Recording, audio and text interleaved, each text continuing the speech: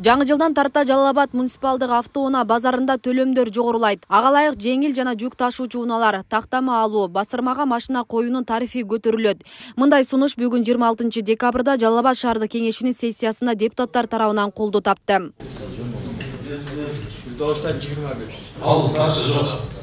Жеңил автоунаалар үчүн 30 сомго көтөрүлдү.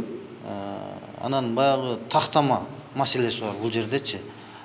Шаарда башка автоунаа базар болбогондуктан бул жерден тактама кээ бирки жарандарга тактама керек болот. Мүлкүн бөлүү учурунда ошол тактама 100 сом, мурун 20 сом экен, ошол 100 сомго көтөрүлдү. Анан оор жүк ташуучу автоунааларга 50 сом кошулду. Анан бастырма деп коебуз, эми навеске ошол мурун 250 сом эле 300 сомго сунушталды. Бүгүнкү күндө 2000ден ашуун унаага ылайыкташкан базарда бир эле кирип чыгуучу шлагбаум иштеп жатат. Экинчи жагынан кирүүгө гана мүмкүндүк бар. Базар кызыган убакта бир шлагбаум жетишпей, башаламандык жаралып турат. Муниципалдык автоунаа базарынын ичи асфальтталган эмес, эч кандай шарттар жок, ылай, баягы жамырларда суу толуп, батак болуп, ыңгайсыз абалда экен да. Соодагерлер ыңгайсыздыктарды жаратып келүүдө. Ошондой эле автоунаа базарында унаанын көптүгүнө карата ыңгайсыздыктар жаралып, жерди чоңойтуу жакын сиздерге биз сунуштайбыз. Шаар бийлиги тарифти көтөрүү менен Жалал Абад муниципалдык автоунаа базарындагы кемчиликтерди жоюуну көздөйт. 2024-жылы кошумча шлагбаум орнотуу, чачкынды соода жайларды иретке келтирүү, алар үчүн жеринде электрондук төлөм терминалдарды орнотуу жана асфальттоо жумуштарын бүткөрүүнү пландоодо. Азыр тарифти бир аз көтөрүп бериңиздер, биз машина автоунаа базарына шарт түзөйлү деген максатта сунуштадык. Анан ичи баягы шепен деп коет, эми майда таш төшөлгөн.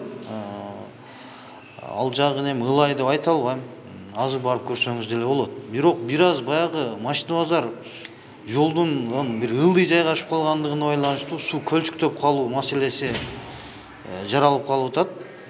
Ошол маселе, эки маселени ушу эмдиги жылкы бюджеттен акча каражатын бөлдүрүп, ошол маселесин чечүү аракетин жүргүзүп атабыз. Бейле кетсек, бүгүн Жалал Абад шаардык кеңеши 2023-жылды жыйынтыктаган кезектеги сессиясын өткөрдү. Күн тартибинде 10 маселе каралып, анын баары колдоо тапты. Азыр өзүңүздөр билгендей, мамлекеттин саясаты менен 2023-2026 жылдарга ГИК тарабынан атайын үйлөр курулууда.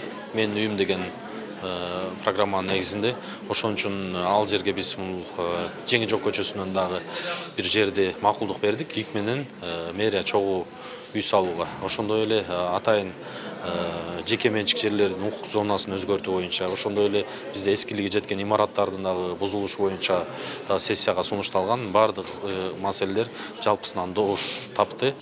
Асия Сыдыкова, Замирбек Тойчубаев, Регион телеканалы, Жалал Абад.